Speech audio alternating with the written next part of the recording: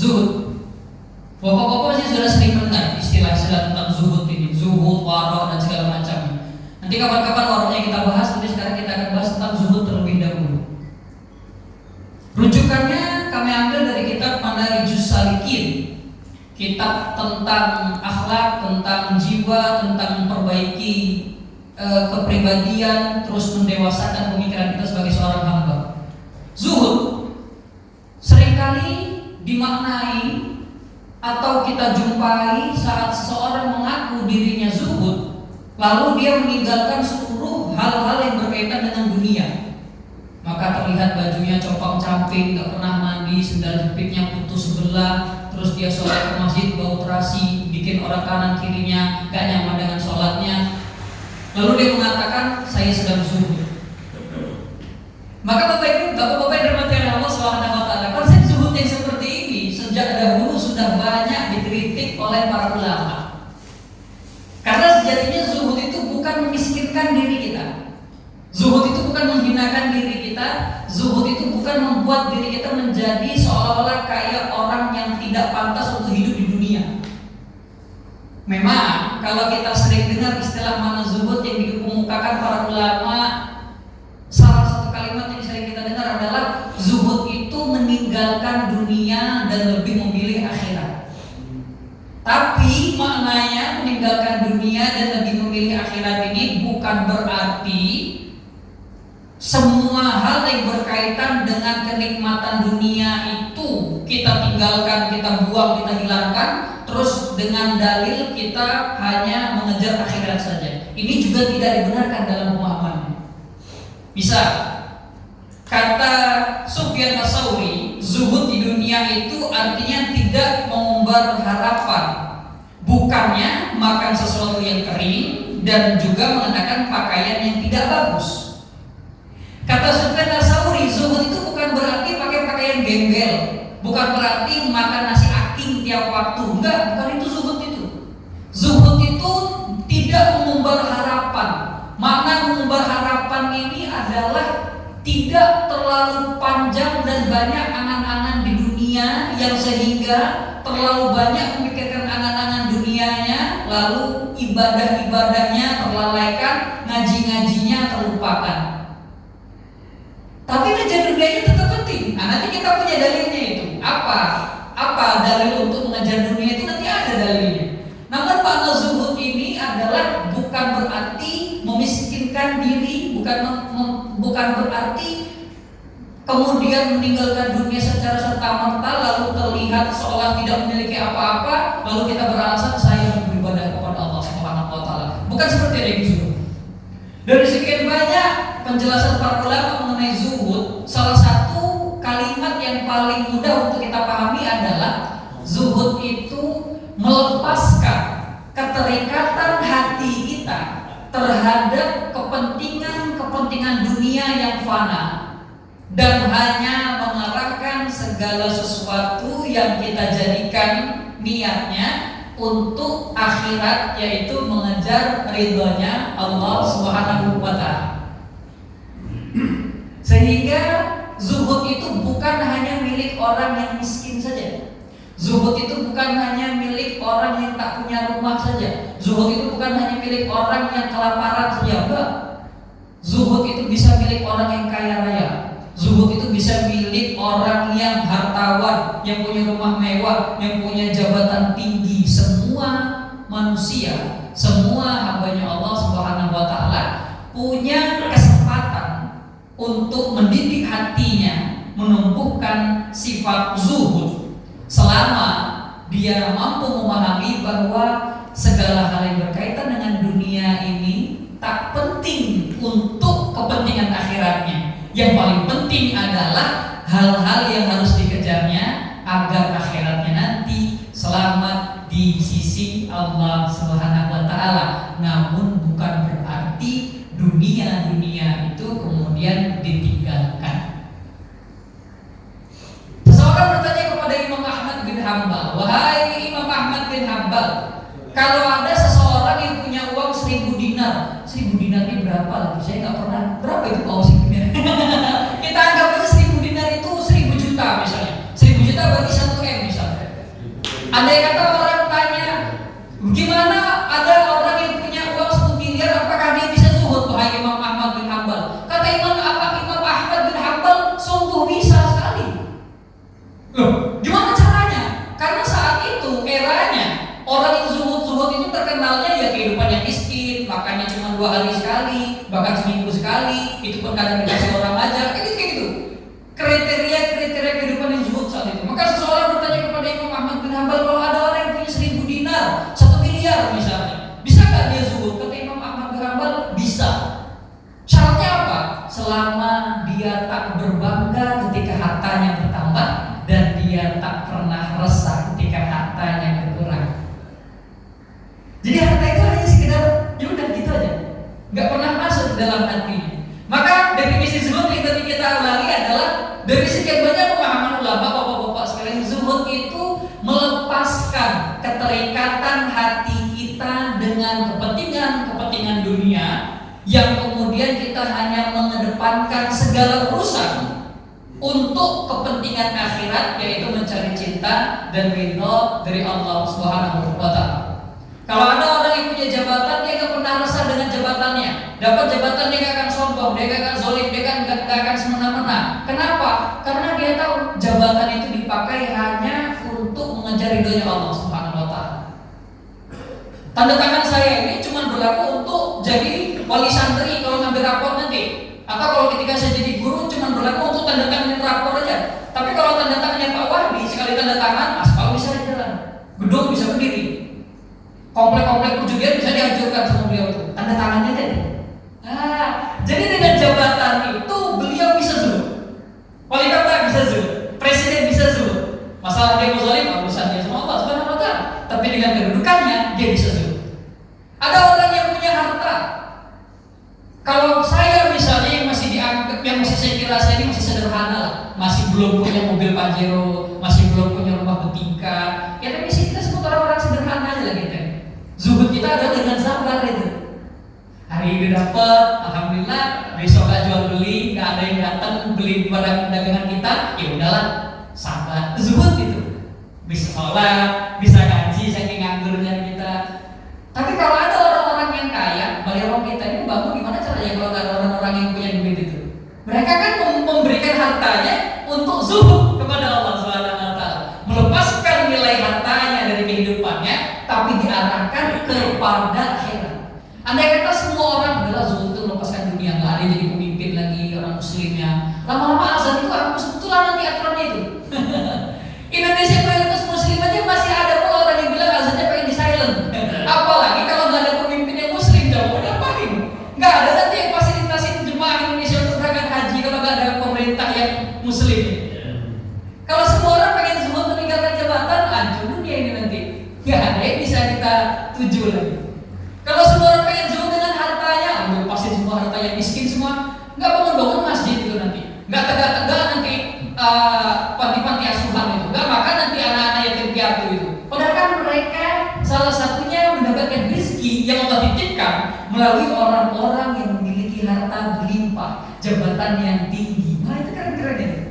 Sehingga bapak-bapak yang dirahmati Allah Subhanahu wa Ta'ala, sekali lagi kita akan ulang kalimatnya, zuhud itu bukan berarti memiskinkan diri kita, tapi zuhud itu maknanya adalah melepaskan keterikatan hati kita dengan fasilitas-fasilitas dunia yang kemudian kita arahkan apa yang menjadi kenikmatan yang diberikan Allah kepada kita semua untuk mendahulukan kepentingan akhirat yang juga dimaksud adalah ridhonya Allah Subhanahu wa Ta'ala. Walal akhiratu khairu wa abqa. Walal akhiratu khairun laka minal ula. Ada dua itu kalimat ini di surat Al-Duha sama surat Al-A'la. Dan betul-betul kehidupan akhirat itu lebih kekal daripada dunia, dan betul-betul akhirat itu lebih baik daripada kalian daripada dibandingkan dengan kehidupan dunia. Sehingga akhirat yang kita kejar dengan fasilitas-fasilitas dunia yang Allah berikan kepada kita semua. Bapak-bapak dan Allah Subhanahu wa Ta'ala, kita sering dengar di surah Ibrahim, Ya, surah Ibrahim ayat 7. Ketika Allah firmankan, La in syakartum la azidannakum wa la in kafartum inna adzabi lasyadid. Kita tahu semua maknanya ini. La in syakartum, kalau kalian bersyukur terhadap nikmat yang telah aku berikan, kata Allah Subhanahu wa taala, la azidannakum. Betul-betul akan aku tambah terus nikmat itu. Allah nggak pernah bilang kalau kalian dapat nikmat lupakan nikmat itu. Kalau kalian dapat nikmat dunia, tinggalkan nikmat itu. Dapat harta yang berlimpah, hilangkan semuanya. Dapat jabatan, tinggalkan jabatannya. Enggak, Allah nggak bilang seperti itu. Kalau bersyukur dengan nikmat-nikmat keduniaan itu, justru Allah akan tambah. Bagaimana cara bersyukurnya? Kata para ulama, cara bersyukur itu adalah segala nikmat yang kita dapatkan membuat kita semakin taat kepada Allah Subhanahu wa taala, maka ini namanya syukur. Walain kafartum, jika kalian kufur mengingkari nikmat yang aku berikan, justru Allah malah meringatkan, inna azabi lasyadid, sungguh azabku sangatlah pedih. Saya kasih contoh. Andai kata saya memang dimampukan oleh Allah dalam rezeki untuk bisa membeli anggur sekilo yang harganya 100.000. Namun saya malah memilih membeli anggur yang harganya 30.000 dengan alasan saya nggak mau mubazir. Itu justru saya bisa disebut sebagai kufur dengan nikmat yang Allah berikan. Bukan untuk bersombong-sombong diri, bukan untuk mubazir-mubazir, bukan untuk sok-sokan, enggak. Tapi dalam kesadaran diri saya, andai kata saya mampu beli anggur harga sekilo 100.000, tapi saya malah sayang 100.000 nih, setabung aja lah, mending 30.000 aja, anggurnya enak juga lagi. Justru saya akan kufur itu disebut. Karena Allah titipkan nikmat untuk bisa beli anggur dan mampu beli anggur yang harga 100.000 itu tadi. Kalau saya dimampukan oleh Allah untuk beli mobil Pajero, tapi saya lebih pilih beli sepeda JT aja dengan alasan saya mau zuhud aja. Itu malah Allah tarik nanti nikmatnya nanti. Karena tidak dipakai untuk bersyukur. Ketika saya beli mobil Pajero, saya pakai buat flexing itu opo bener. Bahasa anak-anak sekarang flexing itu pamer. Saya beli Pajero, terus saya pamer. Saya upload di WA, upload di Instagram, upload di Facebook. Punya mobil baru nih. Kalau itu sombong namanya, ujub namanya, takabur ya itu maksudnya. Tapi ketika saya beli Pajero misalnya, memang untuk kebutuhan saya pakai untuk kepentingan saya. Misalnya ngajak bapak-bapak ibu, bapak-bapak sekalian ngaji kalau kehujanan misalnya, atau dipakai mobil itu buat hal-hal yang bermanfaat dalam kepentingan kebaikan misalnya, maka membeli Pajero itu lebih utama daripada saya beli sepeda JG dan uangnya saya tabung. Tapi sekali lagi, dalam makna bukan untuk tabdir, untuk mubazir berfoya-foya, bukan makna untuk takabur, menyombongkan diri, bukan untuk takatur, bermegah-megahan, tapi maknanya sesuai dengan kebutuhan. Ketika memang saya butuh, maka saya beli, dan untuk kepentingan, keperluan sesuatu yang saya butuhkan, maka itu tidak disebut mubazir. Itulah yang disebut dengan mensyukuri nikmat yang telah Allah berikan kepada kita. Bahkan kata para ulama, saat seseorang mendapatkan nikmat, lalu dia bersyukur kepada Allah untuk meminta ditambah nikmatnya, itu lebih mulia, itu lebih bermanfaat untuk dirinya ketimbang ketika dapat musibah lalu dia meminta kepada Allah, ya Allah hilangkan musibah ini dari saya. Saya ulangi lagi Pak. Kata para ulama, ketika seseorang mendapatkan nikmat, lalu dia berdoa kepada Allah, ya Allah tambahkan nikmat ini untukku ya Allah, selama untuk kepentingan taatnya, maka itu lebih baik untuk seorang hamba itu daripada waktu dapat musibah lalu dia berdoa kepada Allah, ya Allah mohon keluarkan aku dari musibah ini. Padahal bapak-bapak sekalian, ciri Allah ketika cinta kepada hambanya itu dikasih musibah itu. Di Sahih Muslim ada itu. Ketika Allah suka dengan hambanya, cinta dengan satu kaum, ibtalahum, Allah uji mereka, Allah kasih musibah kepada mereka, Allah kasih kesusahan kepada mereka, supaya mereka semakin merintih lagi dan meminta kepada Allah Subhanahu wa taala. Semulia itu orang yang dapat musibah lalu dia bersabar, orang yang dapat kesusahan lalu dia meminta kemudahan kepada Allah Subhanahu wa taala. Tapi ada yang lebih keren dari itu. Saat seseorang mendapatkan nikmat keduniaannya, lalu dia bersyukur kepada Allah, lalu dia berkata, ya Allah tambahkan nikmat ini untukku ya Allah, maka saat Allah tambah itu itu adalah kemuliaan yang bahkan lebih baik daripada orang yang meminta keluar daripada kesusahan atau musibah yang sedang tertimpa dalam kehidupan. Jadi bapak-bapak yang dirahmati oleh Allah Subhanahu wa taala, zuhud itu bisa kita latih untuk setiap karakter dan keadaan kehidupan kita. Bukan harus jadi Pak Kiai dulu, bukan harus jadi kayak Pak Ustadz Haji Zulkarnain dulu, nggak harus jadi imam masjid takwa dulu baru bisa disebut zuhud. No, siapapun dari kita bisa jadi orang yang zuhud dalam makna ketika akhirat itu kita dahulukan, dunia itu kita nomor sekian kan. Kepentingan nikmat dunia yang telah Allah berikan, kita niatkan, kita arahkan untuk mendapatkan semangat yang lebih tinggi lagi, dorongan yang lebih kuat lagi untuk bisa taat kepada Allah Subhanahu wa taala.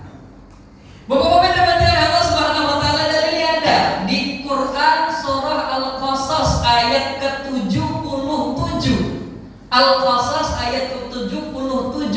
A'udzubillahi minasyaitonirrajim. Saya langsung bacakan perkataan, langsung kita artikan. Nanti ayat lengkapnya bapak-bapak bisa ulang lagi di rumah sambil membaca terjemahannya. Wabtaghi fima atakallahu ad-daral akhirata. Wabtaghi, dan harapkanlah, wabtaghi, dan mintakanlah, wabtaghi, dan jadikanlah. Banyak lagi artinya. Wabtaghi, dan carilah, wabtaghi, dan harapkanlah, fima, dari apa-apa, segala sesuatu, atakallah, yang telah Allah berikan kepada engkau sekalian, kepada kalian semua, kepada kita semua.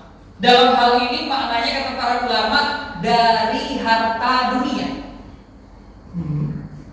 Carilah, harapkanlah, dan arahkanlah setiap apa yang telah Allah berikan kepada kalian semua dari harta dunia, dari kenikmatan dunia, jabatan, tahta, kemewahan segala macam itu, darul akhirah, untuk kepentingan akhirat. Kenapa kok bisa kita tahu ini maknanya harta dunia? Karena sebab nuzulnya turun ayat ini untuk Qorun. Kalau bapak-bapak cek nanti di Quran terjemahannya, ini ayatnya dalam kurung untuk Qorun. Nabi ketika diutus Nabi kepada Qorun, lalu diperintahkan oleh Allah, sampaikan kepada dia, wahai Qorun, Allah sudah kasih kamu harta, Allah sudah kasih kamu tahta, Allah sudah kasih kamu kekuasaan dan kemewahan. Silahkan gunakan itu untuk mencari kepentingan akhirat, yaitu ridhonya Allah Subhanahu wa taala. Dan paling tidak apa kata Allah Subhanahu wa taala? Wala tansa nasibaka minad dunya. Wala tansa, dan jangan pula engkau lupakan, jangan pula engkau tinggalkan, jangan pula engkau hilangkan jatahmu. Wala tansa nasibaka minad dunya, dari kepentingan dunia. Silahkan bersedekah yang banyak, tapi perhatikan juga keluarga butuh nafkah. Kira-kira seperti itu. Silahkan wakaf yang banyak-banyak, tapi keluarga juga butuh rumah. Silahkan membantu orang yang banyak, tapi ingat keluarga juga butuh dilindungi dan butuh perhatian. Jadi bukan berarti saat kita mengarahkan segala kepentingan ibadah kita, lalu kita akui semua ini untuk Allah Subhanahu wa taala, laju semuanya kita tinggal. Keluarga ditinggal, kerjaan ditinggal, dagang ditinggal, semuanya pengen ibadah aja. Enggak kayak gitu maka sebenarnya. Dunia tetap dikejar, tapi dikejar dunia itu bukan untuk kepentingan dunia, namun kita kejar dunia untuk kepentingan akhirat. Misal Pak, kalau saya mau naik haji, kira-kira saya zikir siang malam selama setahun di masjid di Surah Mustafa ini bisa saya berangkat haji nggak? Secara logika nggak bisa, kecuali tiba-tiba datang orang misalnya kita naik haji, oke, bisa itu, rezeki beda itu. Tapi nggak bisa saya zikir banyak-banyak di sini, saya mau haji, atau saya langsung berangkat haji, nggak bisa. Tetap harus nabung. Orang yang nabung aja belum bisa berangkat besok pagi lagi, dia harus nunggu 30 tahun nabung ini. Daftar sekarang nih, 30 tahun nanti dia baru bisa berangkat itu. Saya apa kabar belum daftar ini, kapan sih berangkat lagi? bukan. Kalau saya punya harta banyak, saya bisa pakai haji yang roda itu kowe, yang berapa ratus juta itu. Berangkat sekarang itu pun tak bisa berangkat. Masih nunggu antrian dulu 6 bulan, 3 bulan, 5 bulan, masih ada antrian deh. Jadi harta itu pun menjadi penopang kita untuk mendekatkan diri kepada Allah Subhanahu wa taala. Saya mau zakat mal misalnya. Gimana sih mau zakat mal kalau nisabnya aja nggak pernah tercapai? Kan zakat mal harus ada nisabnya, nggak bisa asal kasih kan? Nggak bisa keluar zakat mal itu kalau nisabnya nggak keluar. Kecuali zakat fitrah. Zakat fitrah itu kapan aja siapa aja. Hari ini bayi lahir pagi-pagi matahari terbit 1 Syawal, zakatnya keluar langsung. Tapi kalau zakat mal enggak. Kalau capai nisabnya boleh. Bahkan kata para ulama, kalau kambing itu 40 nisabnya, sehari sebelum lebaran dipotongnya kambing itu jadi 39 untuk merekayasa hukum supaya gak keluar zakatnya besok hari, itu tetap boleh-boleh aja walaupun mentalnya rusak. Secara jiwa dia curang, tapi secara hukum dia gak rusak. Itu unik sekali itu. Tapi kan itu butuh harta. Orang yang mau sedekah butuh harta. Orang yang mau wakaf butuh harta. Membangun masjid butuh harta. Orang membantu orang lain butuh kekuasaan, butuh DPR. Semua kepentingan dunia itu bisa menjadikan kita, bisa kita jadikan untuk wasilah, untuk jalan lebih dekat lagi kepada Allah Subhanahu wa taala. Syaratnya adalah melepaskan kepentingan hati kita, melepaskan keterikatan hati kita dengan kepentingan dunia itu, lalu dengan sadar kita mengatakan bahwa saya melakukan ini untuk kepentingannya Allah Subhanahu wa taala. Cari uang yang banyak, tapi uangnya bukan untuk ditimbun-timbun, untuk disedekahkan, bantu saudara, untuk lain kali. Cari jabatan yang tinggi. Ketika datang jabatan yang tinggi itu dipakai untuk membuat kebijakan yang membangun, yang menjaga ketentuan-ketentuan aturan-aturan Allah Subhanahu wa taala. Saya sering kasih contoh seperti ini. Andai kata di pojok depan sana ada rumah masuk. Kalau saya datang ke sana, woi bubar, dikeroyok nanti orang-orang itu. Tapi kalau Pak Wali Kota, dia tinggal tanda tangan aja satu surat jalan, datang Pamong Praja sana, bubar selesai urusannya. Padahal saya katanya ustaz, sengaku itu saya zuhud, nggak bisa suruh kemungkaran. Tapi ada orang-orang yang dengan kekuasaannya Allah berikan kekuatan untuk zuhud kepada Allah Subhanahu wa taala. Kepentingan dunia gesernya, tapi diarahkannya untuk kepentingan akhir. Orang yang punya harta bisa disedekahkannya hartanya untuk kepentingan akhirat. Itu asik sekali. Jadi wala tansa nasibaka minad dunya. Jangan engkau lupakan pula hak-hakmu di dunia saat mendapatkan keduniaan. Misal seperti ini Bapak-bapak sekalian. Dalam aturan kompilasi hukum Islam yang sebetulnya merujuk kepada hadis Rasulullah SAW, sedekah itu, wasiat itu tidak boleh lebih dari 1/3. Semaksimalnya seseorang kalau mau sedekah, dia maksimal 1/3. Hadisnya itu ketika datang seseorang kepada Rasulullah SAW, dia bilang, wahai Rasulullah, saya mau bersedekah untuk jalan Allah Subhanahu wa taala, untuk kepentingan Allah Subhanahu wa taala, untuk kepentingan agama. Kata Rasulullah, kamu punya keluarga, kamu punya anak, kamu punya istri, punya ya Rasulullah. Boleh sedekah maksimal 1/3 ini. Saya mau semuanya ya Rasulullah, nggak bisa. Anak istrimu butuh nafkah, anak istrimu butuh warisan kalau kamu tiba-tiba meninggal. Asik sekali itu. Jadi sekaya-kayanya saya, nggak boleh juga saya sedekah semua hartanya. Begitu indahnya Allah Subhanahu wa taala mengatur hak-hak yang untuk disedekahkan dan juga hak-hak yang untuk dipakai pribadi setiap hambanya. Namun bagaimana cara kita mengatur perasaan kita, cara kita mengatur hati kita, jangan sampai harta yang telah kita kumpulkan itu, ketenaran yang sudah kita bangun itu, jabatan yang sudah kita kejar itu membuat kita jadi hubbud dunia, menjadi cinta dengan dunia, menjadi raghib kalau kata para ulama itu, menjadi mengharap kepada kepentingan dunia. Namun kita arahkan hati kita untuk terlepas dari segala fasilitas dunia itu dan diarahkan untuk mengharapkan cinta dan ridha dari Allah Subhanahu wa taala. Bapak-bapak yang dirahmati oleh Allah Subhanahu wa taala, Imam Syafi'i itu pernah berguru kepada Imam Malik.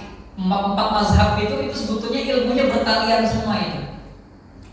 Ketika Imam Syafi'i masih di Irak, beliau itu mendapatkan pemahaman bahwa zuhud itu adalah meninggalkan dunia dan segala fasilitas-fasilitasnya, sehingga makannya yang gak banyak-banyak, pakaiannya yang gak bagus-bagus, kemudian fasilitas-fasilitas dunianya hampir ditinggalkan semua. Fokusnya hanya untuk mencari ibadah, mencari taat kepada Allah Subhanahu wa Ta'ala. Suatu kali ketika beliau ketemu dengan Imam Malik, berguru kepada Imam Malik, ini kita cerita sedikit yang lucunya. Ketika Imam Syafi'i datang kepada Imam Malik bilang, suruh pulang dulu, hafalin dulu muwatta kitab saya gitu katanya. Imam Malik itu punya kitab hadis hukum, namanya kitab Al-Muwatta. Tebalnya mungkin segini ada ya. Segini lah kira-kira mungkin ada. Kata Imam Malik, suruh dihafalin dulu kitab Al-Muwatta itu. Lalu kata Imam Syafi'i kepada pembantunya, kan yang disuruh ngomong pembantunya, bukan Imam Malik. Kata Imam Syafi'i kepada pembantunya Imam Malik, bilang ke Imam Malik, muwatta itu sudah di kepala saya semuanya. Keren sekali. Maka kemudian ketika dites, iya nyata. Segala apa yang ditulis oleh Imam Malik dalam kitab Al-Muwatta itu sudah ada di kepalanya Imam Syafi'i semua. Maka Imam Syafi'i pun diterima menjadi muridnya Imam Malik.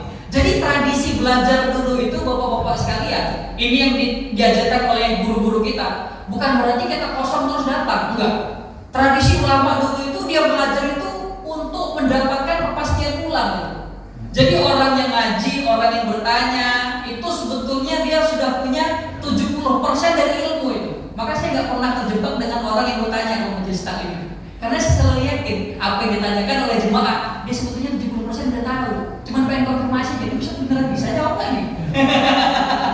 Itu nyata, itu secara psikologi seperti itu. 70% seseorang sudah memiliki ilmu dalam kepalanya. Saat dia hadir mengaji, saat dia hadir belajar, dia kadang-kadang cuma butuh konfirmasi untuk lebih meyakinkan lagi, sehingga dengan mental belajar akan tambah pemahaman.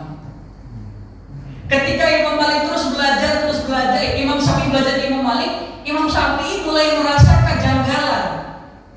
Dulu guru-guru saya kok zuhud ya? Zuhud dalam mana? Dunianya gak dipandang sekali. Tapi Imam Malik ini rada-rada kaya. Imam Malik itu punya bisnis. Wih, keren sekali, punya bisnis. Kata para ulama, ada yang bilang beliau bisnis kain, ada yang bilang bisnis kapas katanya. Jadi agak-agak kaya. Sehingga suatu kali ketika Imam Malik berkata kepada Imam Syafi'i, wahai Syafi'i, ilmuku sudah cukup aku berikan kepadamu rasa-rasanya. Saatnya kamu menimba ilmu ke tempat yang lain. Kata Imam Syafi'i, kemana wahai Imam Malik? Ada di Irak, balik lagi. Kan Imam Malik di Madinah, disuruh balik lagi ke Irak. Ada imam namanya Abu Hanifah yang hampir sama dengan saya kira-kira kualitas. Tapi sayang, beliau sudah meninggal duluan. Terus kata Imam Syafi'i, lalu saya harus belajar dari siapa? Kata Imam Malik, ada muridnya namanya Muhammad bin Hasan Asy-Syaibani. Syekh bin Hasan Asy-Syaibani. Oke, saya kan belajar bersama guru, kira-kira gitu bahasanya kan. Yang keren adalah Imam Malik lalu mencari kabilah-kabilah, bapak-bapak sekalian. Kabilah itu yang suka dagang-dagang internasional itu Pak, bawa barang pindah-pindah itu kan, kabilah bahasanya itu kan. Dititipin ke kabilah Imam Syafi'i ini, antarkan dia ke Ibn Syafi'i, Abdullah bin Hasan Asy-Syaibani. Syafi'inya disuruh diantarkan ke sana, terus dibayarin. Heran jadi Imam Syafi'i, ini kaya sekali guru saya, bisa dibayarin pula, dikasih jajan pula. Udah mulai janggal ya, zuhud apa enggak Imam Malik ini? Tapi beliau nggak mungkin bilang nggak zuhud karena keilmuannya dan keteguhannya sudah diakui oleh Imam Syafi'i. Tapi mulai janggal hatinya. Kayaknya zuhud yang saya pahami mulai beda ini. Yang lucu adalah ketika beliau sampai ke rumah Hasan Asy-Syaibani, ketika sampai ke rumah Hasan Asy-Syaibani, assalamualaikum Pak, benar rumahnya Hasan Asy-Syaibani? Ya betul. Ketika beliau masuk, Imam Hasan Asy-Syaibani ini lagi ngitung hartanya di ruang tamu. Lagi ngitung dinar, lagi ngitung emas-emasnya, lagi gitu-gitu. Imam Syafi'i dalam hatinya bilang, kok gini ulama ini? Nek cara orang Jawa nek cara kayak Jawa ke dunia. Ini katanya ulama nyari akhirat kok malah mabuk dunia ini, punya harta banyak ini, piye Imam Malik ini. Katanya Imam Hasan Asy'ari ini ulama besar, tapi kenapa dia tak zuhud? Zuhud dalam makna menghilangkan dunia dan melepaskan dunia. Lalu Imam Syafi'i memberanikan diri untuk bertanya kepada calon gurunya ini. Beliau berkata, wahai guru, katanya kita itu zuhud. Zuhud itu mengejar akhirat dan menyingkirkan dunia, melepaskan dunia. Lalu kenapa kok saya begitu masuk ke tempat engkau merasakan begitu banyak kemewahan dan kekayaan, bahkan engkau sedang asik menghitung hartamu di ruang tamumu di atas meja? Tolong jelaskan kepada saya, bagaimana itu maksudnya zuhud? Bukankah zuhud itu mengejar akhirat dan meninggalkan dunia?